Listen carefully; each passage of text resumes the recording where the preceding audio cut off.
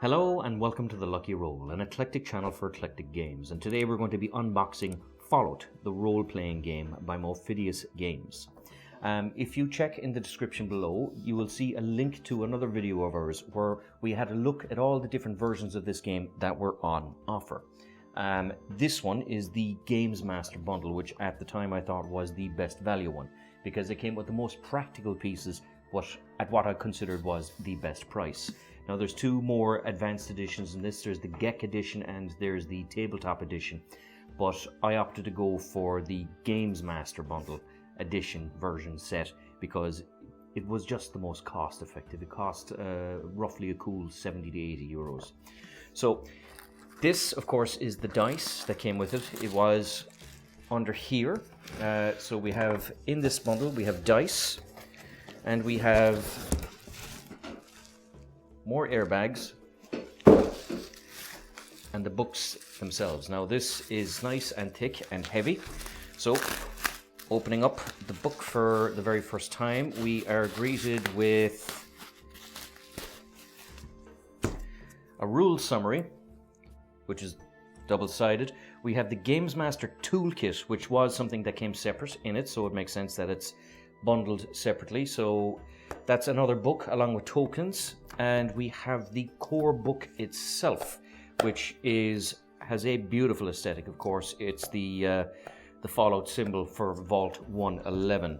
So what we'll do is we'll start with the old dice because they were the first things that jumped out, and I'm mad to have a look at them. So you get a total of 7 dice. You have 3 D20s and a couple of D6. So unfortunately with this particular one now I've got a little yellow line that comes across, so obviously there was a printer error or something like that, but leaving that aside, it's a very nice looking dice. We have the Vault symbol here, which could be a critical hit, and we have a 1 here, so I'm guessing the Vault symbol represents 20. So, oh no, there's actually a Vault symbol here and the 20 symbol here, so I'll have to check the rules what the actual Vault symbol means, but we have 2 of these D20s, and we also have what looks like to be something akin to VATS, where you roll the dice and you see what part of the monster you hit. So you have things like the left arm, the right leg, the torso, the head. So basically in the old classic Fallout, depending on where you did the damage on a character, you would immobilize them or throw off their accuracy or kind of damage their perception. So it's interesting that we have three good solid chunky D20. So they don't travel too far actually, which is perfect. So aside from that little line here, which is just unfortunate, but you know something, I could just put a bit of blue paint on it or something. I could fix that up myself. It's not the end of the world. They seem to be exceptionally good dice. We also have here some D6. Now the D6 has the Vault by head on it. It has 2 gunshot wounds. It has 1 gunshot wound, and it has 3 blank blue sides. So, my apologies, it has 2 blank blue sides, and it has 2 Fallout Boy heads, 1 gunshot wound, and a 2 gunshot wound. And we have 4 of these die. Same thing, they seem good and weighty, so that they're not going to skitter off the table. So they're good, solid tabletop dice. We have here the Gamemaster Toolkit. So I'm just going to open this. It actually seems to be a slot here open already. So we'll open this up and see what we get in the Gamemaster Toolkit. So the first thing is the actual book.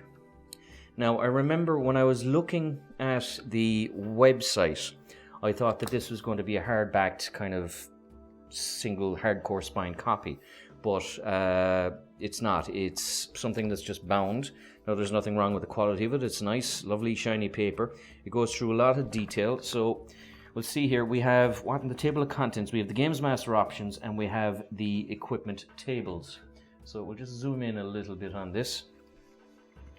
So we have, of course, optional rules for the Gamemaster, and it goes into exceptional detail. Now this book is 65 pages long. So there is plenty of information here for the Gamemaster. So of course we have reputation, which is one of the things I really liked about Fallout 1 and Fallout 2 especially. Actually, my apologies, it's Fallout 2 that put in the reputation for certain settlements that the Wanderer went through. That if you went into a raider settlement, shot at the bits, they'd be fairly hostile to you, and any kind of allied faction that would be to it would be fairly hostile to you. So it's good that there's a kind of an early indicator, depending where you go in, as to whether you can kind of enter certain areas or not. So it has a whole lot here on influence. We have travel and terrain. We have forests and woodlands here. We have marshland. We have hills, mountains. So there's lots of interesting stuff here. And desert. I remember when I was looking at the original video, I was worried that we couldn't play it in the Mojave Desert. Now, I was basing it on the actual map that came with the game. It was, I believe, of downtown Boston and the Commonwealth. But if you want to play in desert terrain and kind of simulate New Vegas, there's nothing stopping you doing it here. And it even has aspects for sandstorms. You have plains, you even have water. So if you want to kind of do a water world thing or do something on the coast, we have ruins. You have destination, choosing a path. We have here, of course, staying the course and creating scavenging locations. So there's a lot of good information here on setting up the actual game for yourself. So things like what is the location, how much has it been searched, what is the risk and reward, what problems there are, and other options. So a lot of good DM options here for people, random encounters, and a big list of it. So like say, some random ones would be dead wastelanders, raiders versus settlers, a wounded dog, a mole rat ambush, wild dogs, super mutants, dueling death claws, vicious dogs and farmer, a traveling merchant, combative critters, a vertibird deployment. Now that's interesting. So where would the vertibirds come from? Would it be from the Enclave? Would it be from the Brotherhood of Steel? Would it even be, depending on the time, from the New California Republic? Feral ghoul ambush, a wandering eyebot, dead meat and friends.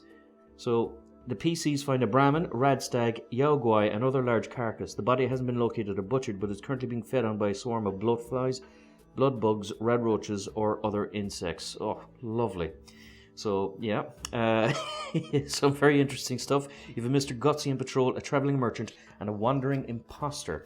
So, oh, there's actually even more here. So you roll for specific encounters and locations, random campsite encounters, random choke point encounters, and animosity encounters. So, to be fair to the game, I'm not the best DM in the world, but to have something that just, you roll the dice and it's there and good to go will be very good, for especially for new DMs like me that are trying to get their heads around a brand new kind of RPG game. So we have here equipment tables, which goes into fantastic detail. Now, Fallout being means that there is a lot of different weapons. So we have energy weapons, standard weapons, we have big guns, of course. We have big gun mods. Now, that's an interesting thing that I'm looking forward to trying with these games. So, yeah, everything here, all the goodies and goodness from Fallout New Vegas and Fallout 4. And of course Fallout 76. We have melee weapons here, so there's a good list of these things. And you even have melee weapon mods. So, and unique sword mods. So if you want to kind of basically be a post-apocalyptic pirate, there's nothing stopping you.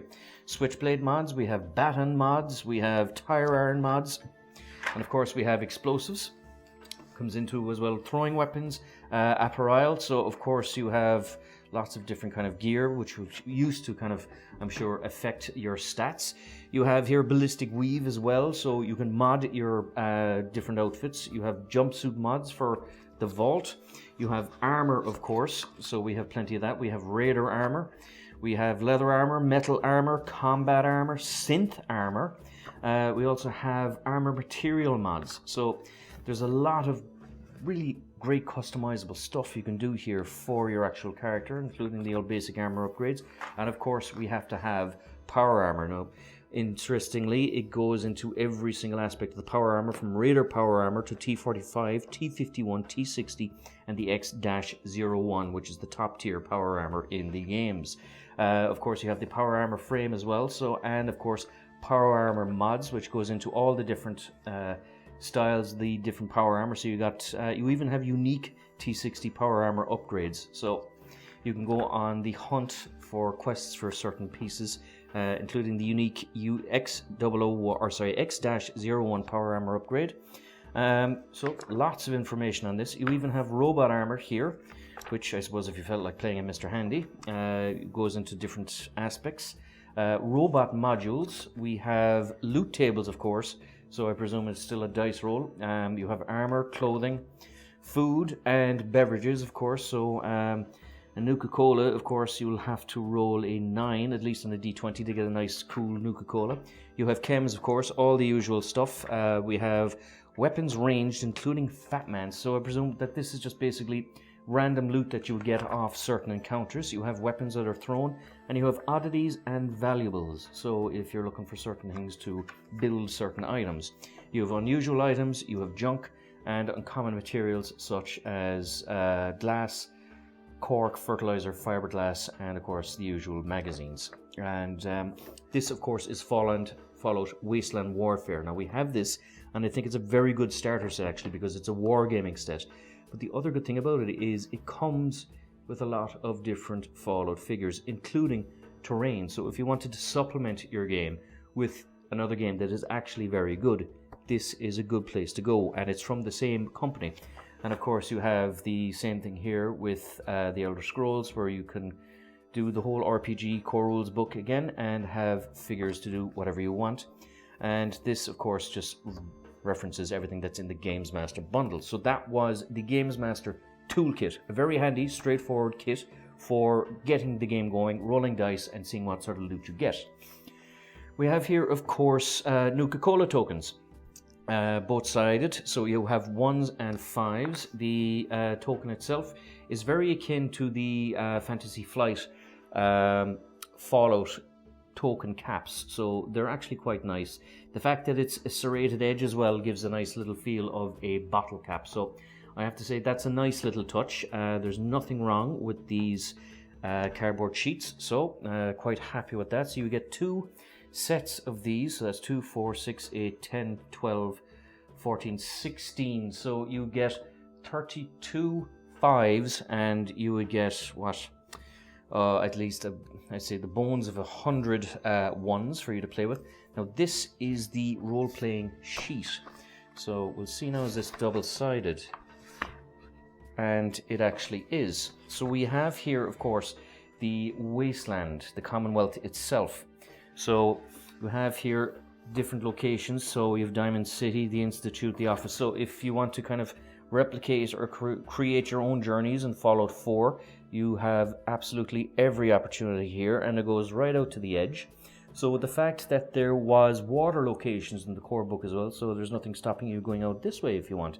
Maybe to, now my geography isn't great, but if you wanted to go so far north up to Newfoundland and try something different outside of the United States, there's nothing stopping you. You have, pretty much the map from the Fallout 4 computer game here. And on the other side, you have a much closer look at the downtown Boston. So we've Diamond City, Trinity Tower, Park Street Station, Vault-Tec Regional HQ. You have Good Neighbor, you have the Old North Church, Bunker Hill, the CIT ruins if you want to mess with the Institute, Cambridge Police Station, and the castle for the militiamen down here as well. So this is lovely material. It looks really nice actually.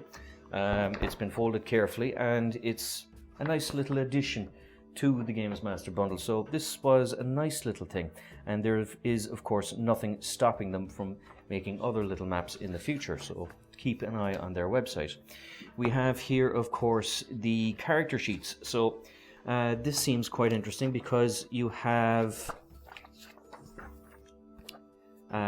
all the stats, the special stats. You have strength, perception, endurance, charisma, intelligence, agility. I'll just zoom in on this a little bit better for you. So you have all the stats here. You have XP earned and XP to next level, the origin level, character name, and you have certain skills here as well. So you can level up your skill sets from athletics, barter, big guns, energy weapons, explosives, lockpick, medicine, melee weapons, pilot. So pilot is an interesting one. The only time I saw pilot in any of the Fallout games was in excuse me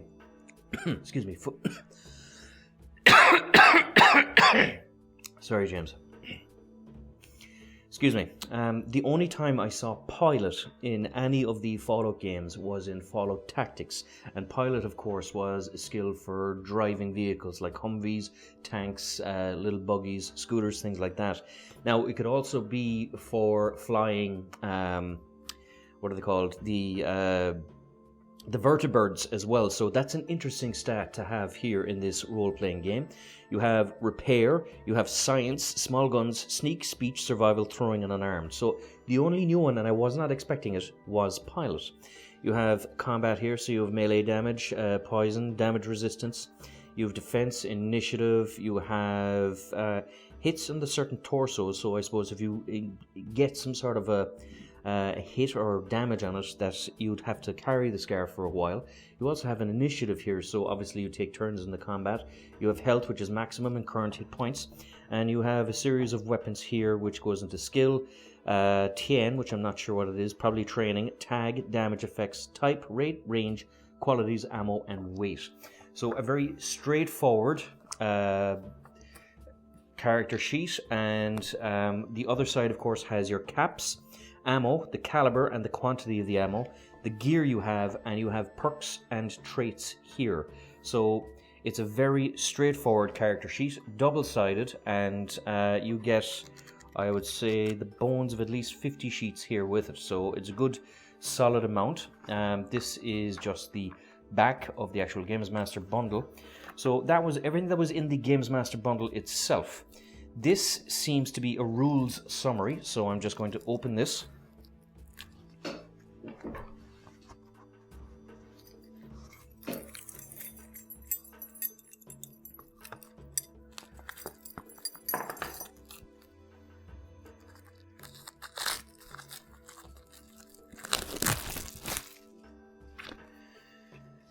So again, it's the same background sheet for the others. Now the rule summary is a nice, proper kind of plasticine paper. So this is not something that if you spill a drink, it's going to utterly destroy it. It's a bit more robust than the normal sheet. So that is, to be fair, a very good thing. You have 1, 2, 3 different sheets. So 2 of them are the same, where it details rolling the dice, complications, assistance, action points, and luck. You have 2 sheets of this, and you have 1 sheet. Is it 1 sheet? No, my apologies. 2 sheets where it goes into weapons rules, same high quality paper, goes into the weapon types, damage effect, fire rate, range, qualities, and so on. So these are perfect, handy little quick sheets, both for the DM and for the players to share about. So that was something that just came alongside the Gamemaster bundle. And of course we have the big one itself, the core rulebook. So I'm looking forward to this, and we'll have a quick little look at this.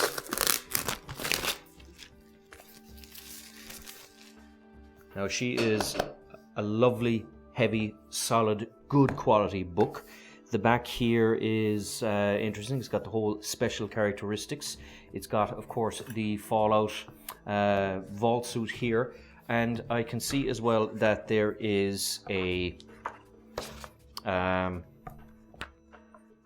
little divider. Yellow colored, of course, so that you can jump to different chapters.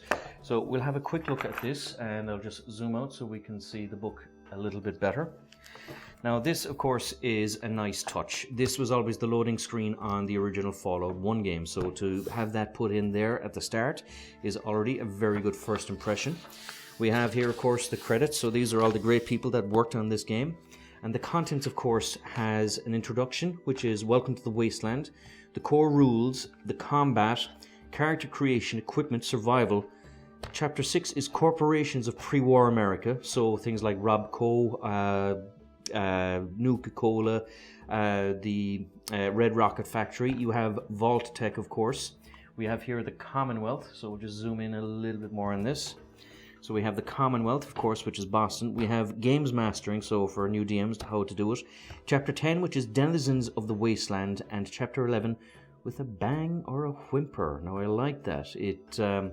I think it's probably a trial run because it has 3 acts here listed. So you have Act 1, A Ghoulish Crime, Act 2, The Plot Thickens, Act 3, The Institute, and the conclusion at the end. And of course, Chapter 12 has the appendices.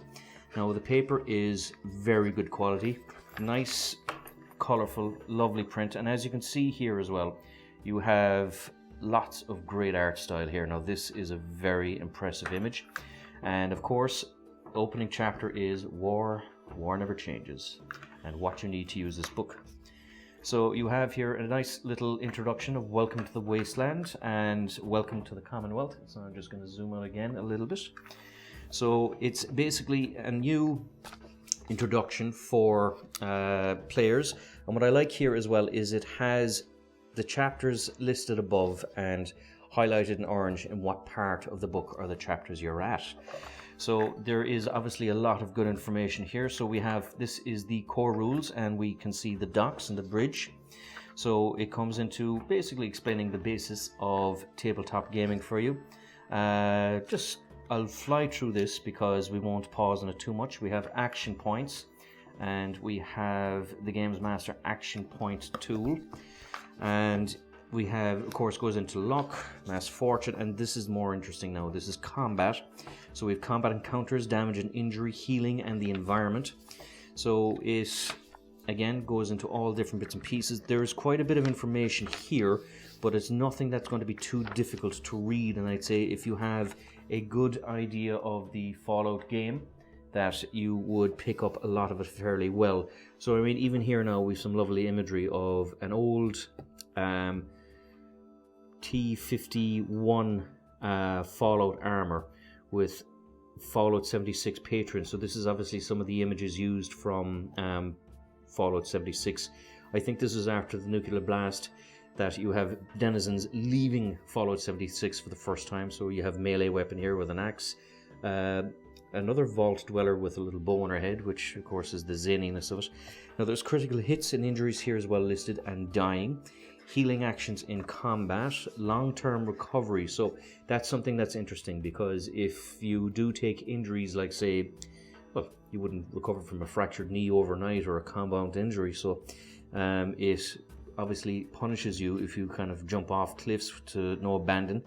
It goes into the environment, mapping the environment. You have hazards. You have the character creation here, of course, which is all Fallout fans would know is strength, perception, endurance, charisma, intelligence, agility, and luck. So it would, of course, have a mitigating effect on lots of skills in the game, which are listed here. So you have athletics, barter, big guns, the whole lot, all the usual perks. And there is at least 4 pages of these. So you have carry weight. And of course, it goes here into character creation. So you can decide the origin, give them the attributes, tag skills, and buy skill ranks. So tagging skills as well is a good thing. In the original Fallout games, you could kind of tag 3 specific skills that your character would be talented in, so that they would level up a lot faster. So if you want to create a combat character, for example, you could go in guns blazing because you would have a better than average start in, say, weapons disciplines like, say, small arms or big guns or energy weapons. Or if you wanted to be kind of a negotiative diplomatic character, you could put a higher kind of tag skills or talents into things like, say, charisma or barter, or even kind of a degree of science, so that you could know what you're talking about. So that's an interesting thing. So you have, of course, a Brotherhood Initiate as an origin. You have a ghoul, so you can play as an actual ghoul. You have a super mutant that you can play as well, which is all very interesting. You could play as a Mr. Handy as well, so it's interesting that you can play as a Mr. Handy robot. I quite like that. You have, of course, the standard survivor, and you have, of course, the classic vault dweller. Now, those are obviously the core origins, and that will cover pretty much nearly all bases in it. Now, there's nothing stopping you from becoming a raider or anything like that, or making your survivor a raider. You have, of course, increasing the special attributes and tagging skills and skill ranks. So, of course, being an RPG, you would level up. So it has all the perks here. And as you can see, there is pages and pages and pages of perks here, which is fantastic, because that, of course, was one of my favorite things about the Fallout games, is that you could do oodles of things with it, and you had perks for every single thing. So like even here, tag, which is an extra tag skill if you wanted to kind of develop a new talent. You have derived statistics, which goes into kind of carry weight, health points, melee damage. You can choose your equipment, of course. You have so basically you would have a starting gear going off. So like the mercenary for the Wastelander, a settler would have different gear to a mercenary. A raider again would have different gear to them.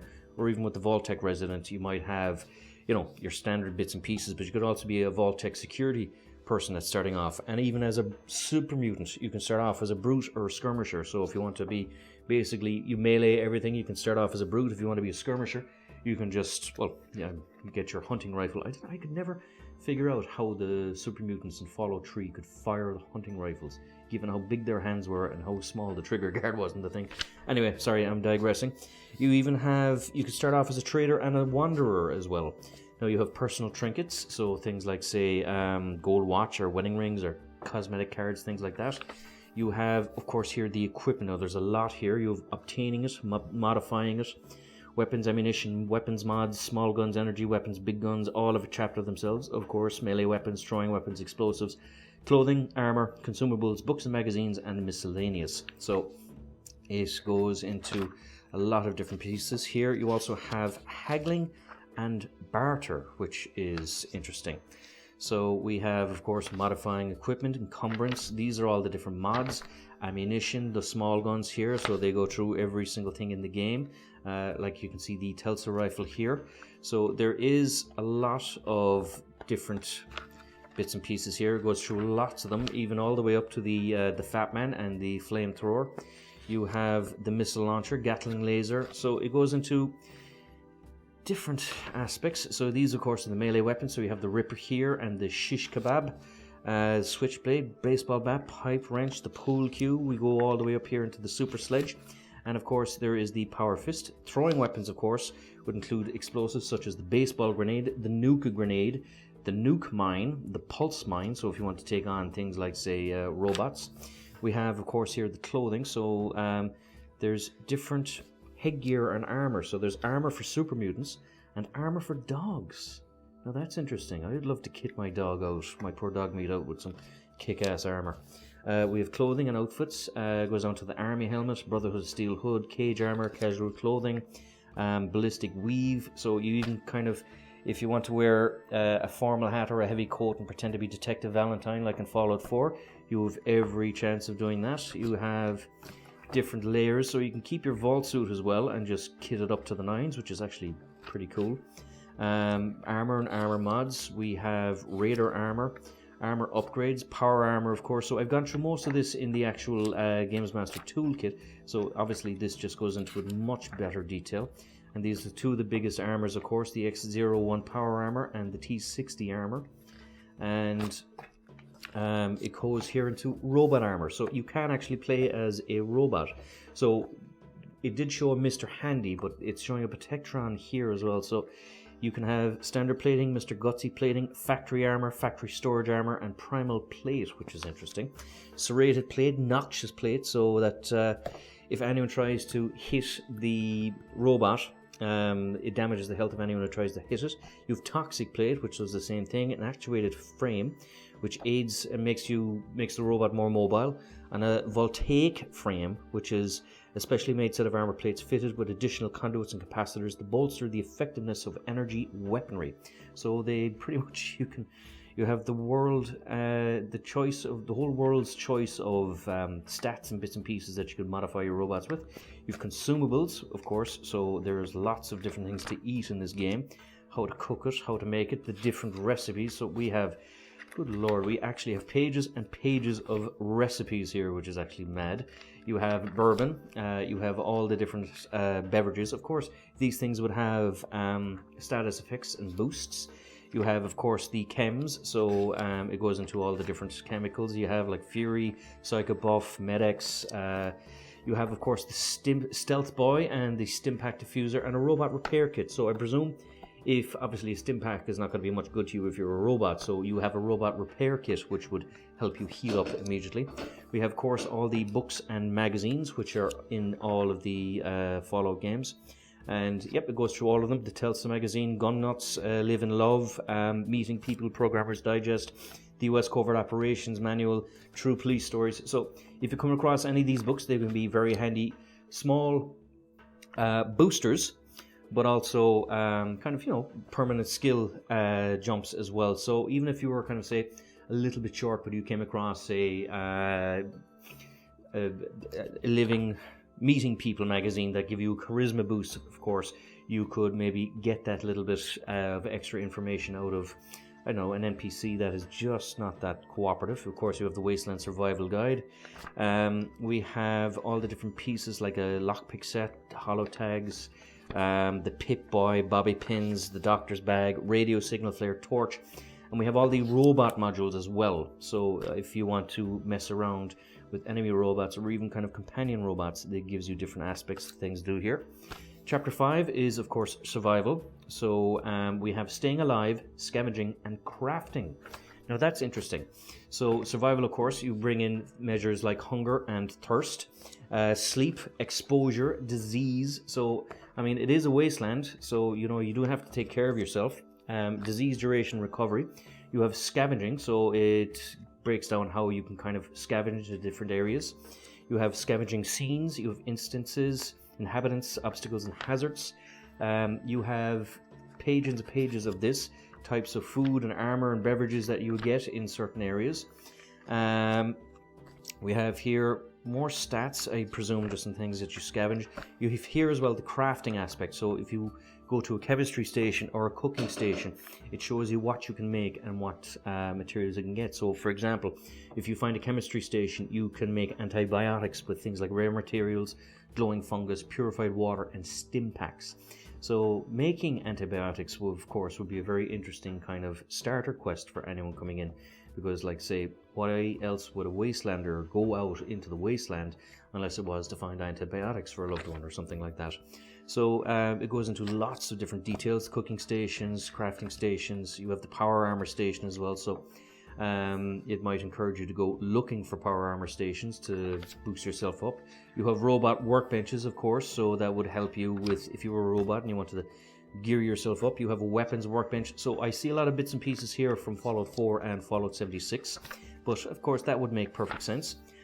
We have here the corporations of pre-war America. So you have like the Red Rocket Factory, Poseidon Energy, which was in Fallout 2, I believe. That's where Harold the Ghoul was kind of mayor of the town.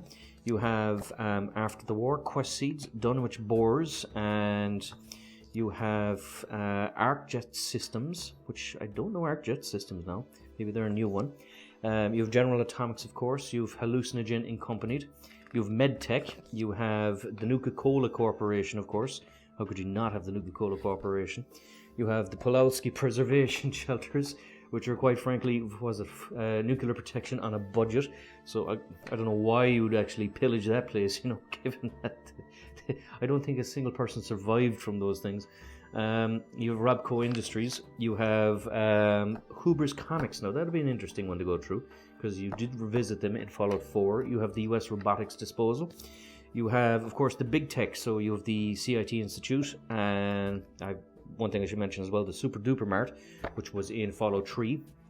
Other big tech would be West Tech, of course, which was in Fallout 76, where you could kind of, West Tech, I think, was responsible for creating their own version of Super Mutants and the FEV virus.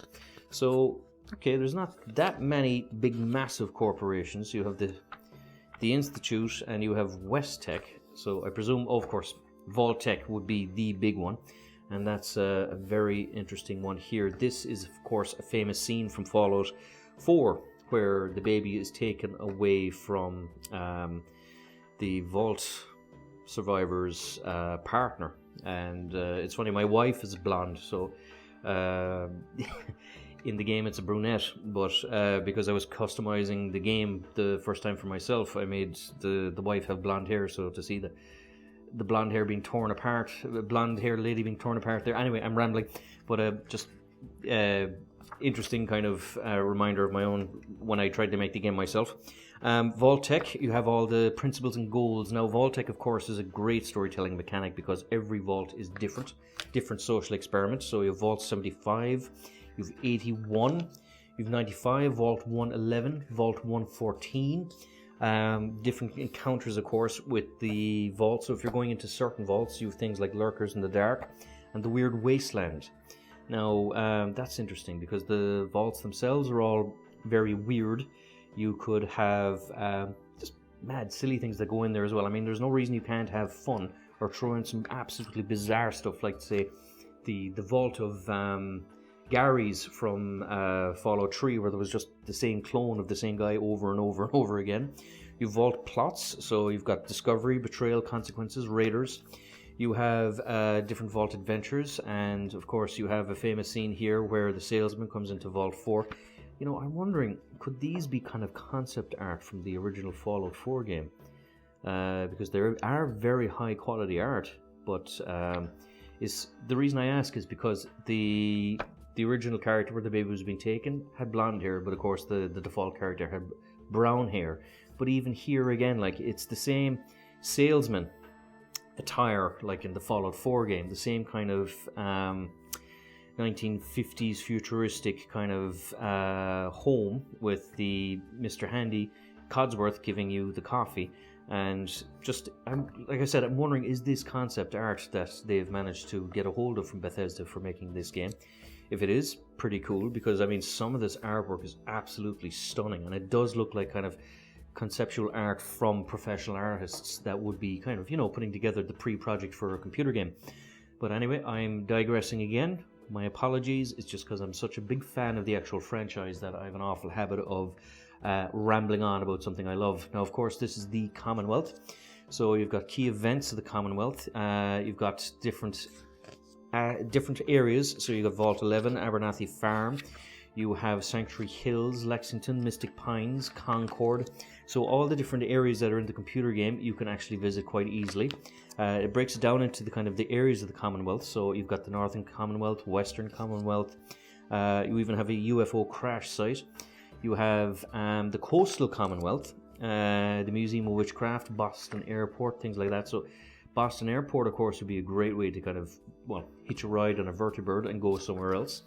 You have Natick and the Glowing Sea, the creator of Atom. So that's interesting, notable locations as well here. So you have different parts here where you have Skylines Flight 1665, Atlantic offices, and Gunners Plaza. So like, there's plenty of things here to kind of inspire your journey. It goes into Cambridge, it goes into Charlestown, it goes into the Fens, and it goes as far as, of course, Diamond City, of course, and Diamond City Market. So, yep, there's plenty of stuff here, of course, because Diamond City is pretty much the capital of the actual game. You have Esplande, so you can visit all the different locations there. Back Bay of Boston Common and the north end of it.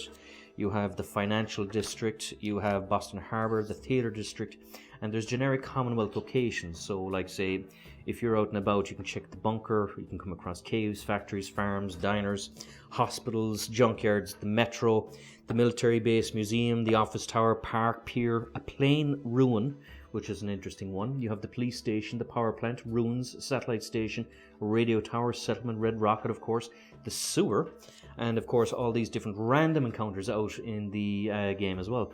So this is an interesting chapter here. Pre-war capitalism. Many of the buildings and features of the Wasteland, from billboards to frontier towns, from the vaults to the city's largest towering skyscrapers, are there due to the wealth and prosperity created from the golden age of America's capitalism. The cultural stagnation of America in this age brought with it haves and have-nots, and those who had the greatest power often started to become corrupt with their own influence. This can be most significantly seen in the morbid experiments done by Vault-Tec, even as they suggested to those who stayed in their vaults that they would be kept safe. Still, the ongoing need for profit drove the creation of many inventions across the Commonwealth in the run-up to the Great War, and all sectors of the pre-war culture which can be found bear these marks. Now that's interesting.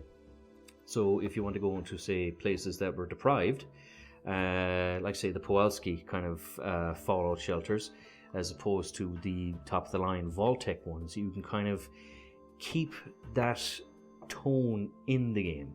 because capitalism has a lot of great things going for it, but it also has faults for it, like things like working poverty, or kind of people, well, predominantly working poverty really, or kind of say gross unemployment. So depending if you go into an area that is really deprived, it could be very hard to loot anything from it. And if you go into an area that's very plush, it would be awash with goodies. So that's an interesting kind of vibe to keep into the actual game. And of course you have the brand identity. So things like Nuka-Cola, you have to, well, like say the Nuka-Cola theme, like say in the Nuka-Cola expansion for Fallout 4, which was the fairground, that everything was kind of Nuka-Cola based. So even if you had people who were descendants of the factory workers, that you could easily kind of imagine or dream up something that they'd pray to a Nuka-Cola god or anything like that, that the branding was taken so seriously. So like lots of inspiration for creativity with these things, and the fact that Fallout is a universe that's known and loved, it's going to make it easier for people who don't normally do RPGs to kind of engage with this universe, because they would have a basic understanding thanks to the popularity of the IP. We have here, of course, game mastering, so managing the rules, safety and consent, the Fallout experience, and quests and campaigns. Now, games mastering, of course, is teaching you how to do it properly and how to do it effectively.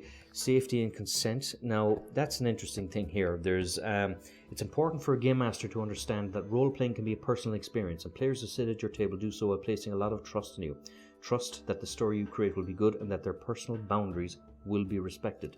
So I'm actually impressed that they've put something like this in this. Like I said, I've participated in certain games, but I've never really DM'd one. And this is not something now I knew was in a lot of books. So it's interesting that they've put that in. Maybe it's a standard thing because I've only ever played the games. I've never kind of games mastered them. But to see this in here, I am actually impressed, because you have to remember, Fallout, the post-apocalyptic wasteland, can touch on an awful lot of horrible things, including drug use. So, the fact that it makes you aware of that is something that's, I'm impressed that is actually in here. So we have the Fallout experience, the vaults, choices matter, dark humor, of course, which is the core of Fallout, quests and campaigns. So all the Games Master chapter goes into different things and gives you an outside guideline. And of course, the denizens of the Wasteland. So we have at least 60 pages of this. So of course, this is going to be fun to kind of browse through in your own time. So NPC reactions, defeating or overcoming them. You have the different characters, creatures, you have the animals and insects, of course, like from the blood bug to the famous Brahmin, the bloatfly, and the artwork, of course, here is absolutely stunning. To the Deathclaw, of course, the dog, the Mirelurks. We have the different types of Mirelurk, from the queen to the hunters, to the hatchlings, mole rats, of course, the classic, the mutant hound, to rad roaches and rad scorpions. We have here the rad stag, the stingwing, the yaoguai, and of course we come into mutated humanoids, which is of course the ghouls. We have a glowing one. We have here as well the robots, so given that they're a character themselves, there should be great variety. So you have the Assaultron, the iBot, you have the Mr. Handy, of course, you have the Protectron, which, I don't know, they always seemed like kind of strange robots to have the crap mobility, and the Sentry bot, of course, which you always try to avoid. You have the Super Mutants, of course, so you've got the classic Super Mutant and the Behemoth, which is not something you'd want to come across. You have a Brute and a Super Mutant Master. So of course these are, as the Super Mutants, as you increase in level, and I presume the Super Mutants increase in level. So level 5 would be a normal Super Mutant, level 7 would be a Super Mutant Brute, and level 10 would be a Super Mutant Master, going up to Super Mutant Suiciders, to Synths, of course, so that could be a great kind of turn or twist for certain characters. You have a Synth Courser, which of course is a synth, I believe, that hunts other synths. You have the Synth Trooper, you have the turrets, the different tiers of the machine gun turrets, laser wall mounted ones, of course. You have the Brotherhood of Steel, where you have an Elder, a Knight, a Paladin, a Scribe. You have you have a Lancer as well, which is the rank of Lancer denotes a member of the Brotherhood who takes on the role as a vertibird pilot. Now that's interesting, of course, so that's a skill set, as is in the piloting skill in the game. You have Raiders, so you have the Raider itself, the Raider Boss, the Raider Psycho, Raider Scaver, Raider Veteran, and of course you have Wastelanders such as the Children of Atom, the Gunner, the Mercenary, the Minuteman, the Railroad Agent, and the Institute Scientist. So you have Table, Caravan Merchants, the Vault Dweller, of course, the Wastelander, and Zetan, the Aliens, which, of course, if you got the Wasteland Warfare game, you actually have one of these little minis in that game, and of course, they deserve a whole page to themselves in the astoundingly awesome tales. And of course, Vault Chapter 11 with a bang or a whimper, is a short quest told in 3 acts designed to be used with the core rules, dice, and tokens. It can also serve as a sequel to the Vault D20 starter set campaign Once Upon a Time in the Commonwealth by setting it in the town created by the characters at the end of that quest and populating with non-player characters with whom player characters are familiar. So basically, if you want to it's a guide, an easy step guide through quest for doing it the first time. Now I won't go through all of that because I don't want to spoil the game for anyone, but it does go through different stages. So like say for someone who's DMing for the first time, it gives me an option to do that, and it goes all the way up here into the conclusion. And chapter 12, which is appendices, which is the index, of course, thank God, 422. So in case you need to look up something straight away, it breaks it down, and you have a good solid index here going through all the pages. And you have, of course, the character sheets here, which is also a good thing to have. So in case something ever happened to the other ones, you can simply photocopy this like mad, and that is everything in the core book. So I'm looking forward to playing this game and trying it out with my friends, and as soon as I play it a few times, I will try my best to give a review of this product. And until next time, this is Sean from The Lucky Roll. Thank you for watching this video. If you like it, please do the usual good YouTube stuff of giving us a like, a share if you can, and until next time, good luck, God bless, and stay safe out there in the wasteland. Thank you.